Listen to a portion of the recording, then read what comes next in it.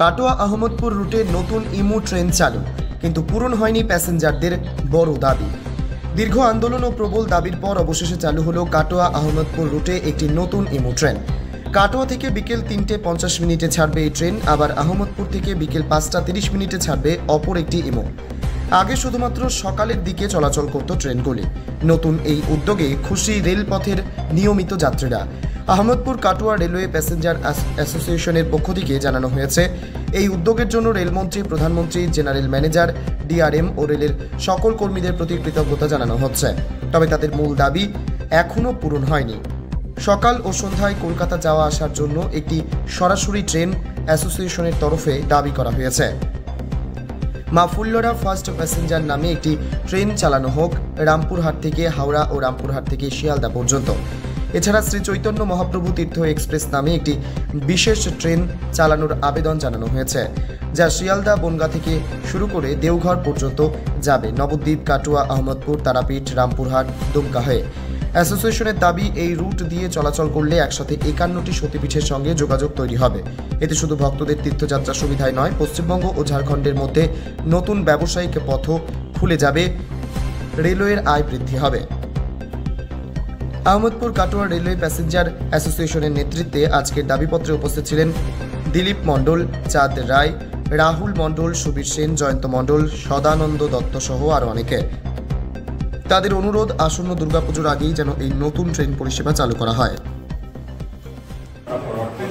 DRM কাগজ পেয়েছেন, আমি নিজে ডিআরএম কাছে দেখা করেছি, আগের যিনি ছিলেন রিসেন্ট যিনি এসেছেন তার সঙ্গে এখনো দেখা হয়নি, ঠিক আছে। ওনার কাগজ পেয়েছি, আমরা ব্যাপারটা দেখছি। আমাদের যেটা মেইন প্রবলেম সেটা হচ্ছে ম্যান পাওয়ার।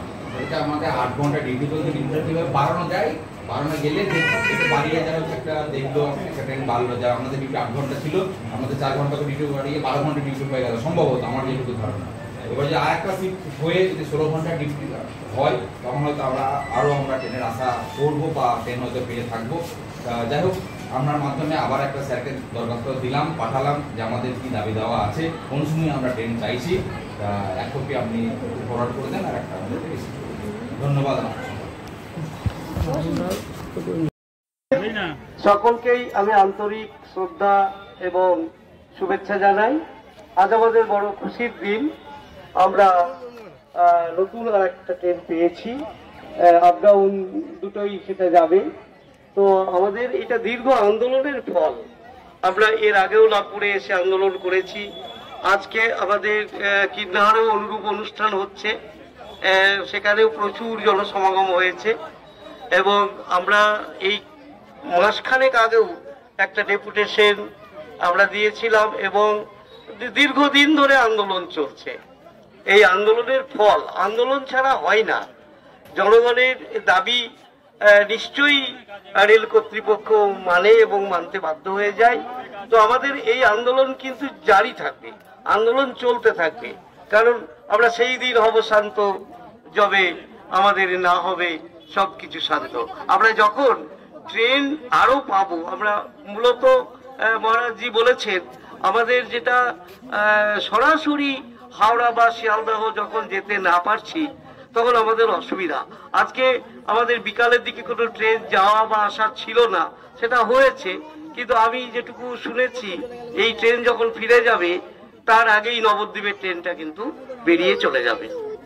তো এইরকম ধরনের সকালে যে 7টার সময় টাইমগুলো ঠিক হচ্ছে না, সকালের দিকে যে ট্রেনটা আসে আহমদপুর, তার আগেই কিন্তু সেই ট্রেনটি আসিবার আগেই ট্রেনটি চলিয়া গেল, এই ধরনের যে বিষয় সেটা হয়ে যায়। অর্থাৎ আমাদের যে একটা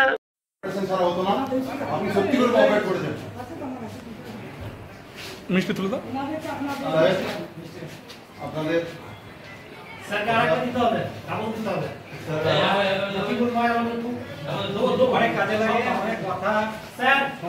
Ahmadpur Katwa railway passenger association থেকে আপনাকে অসংখ্য ধন্যবাদ। আমরা ছোট্ট একটা সংবর্ধনা দিয়ে আপনাকে ছোট করবো না, কিন্তু আমরা চাই কলকাতা যাওয়ার ট্রেনের দাবি আপনি দেখে যেতে পারেন, যেখানে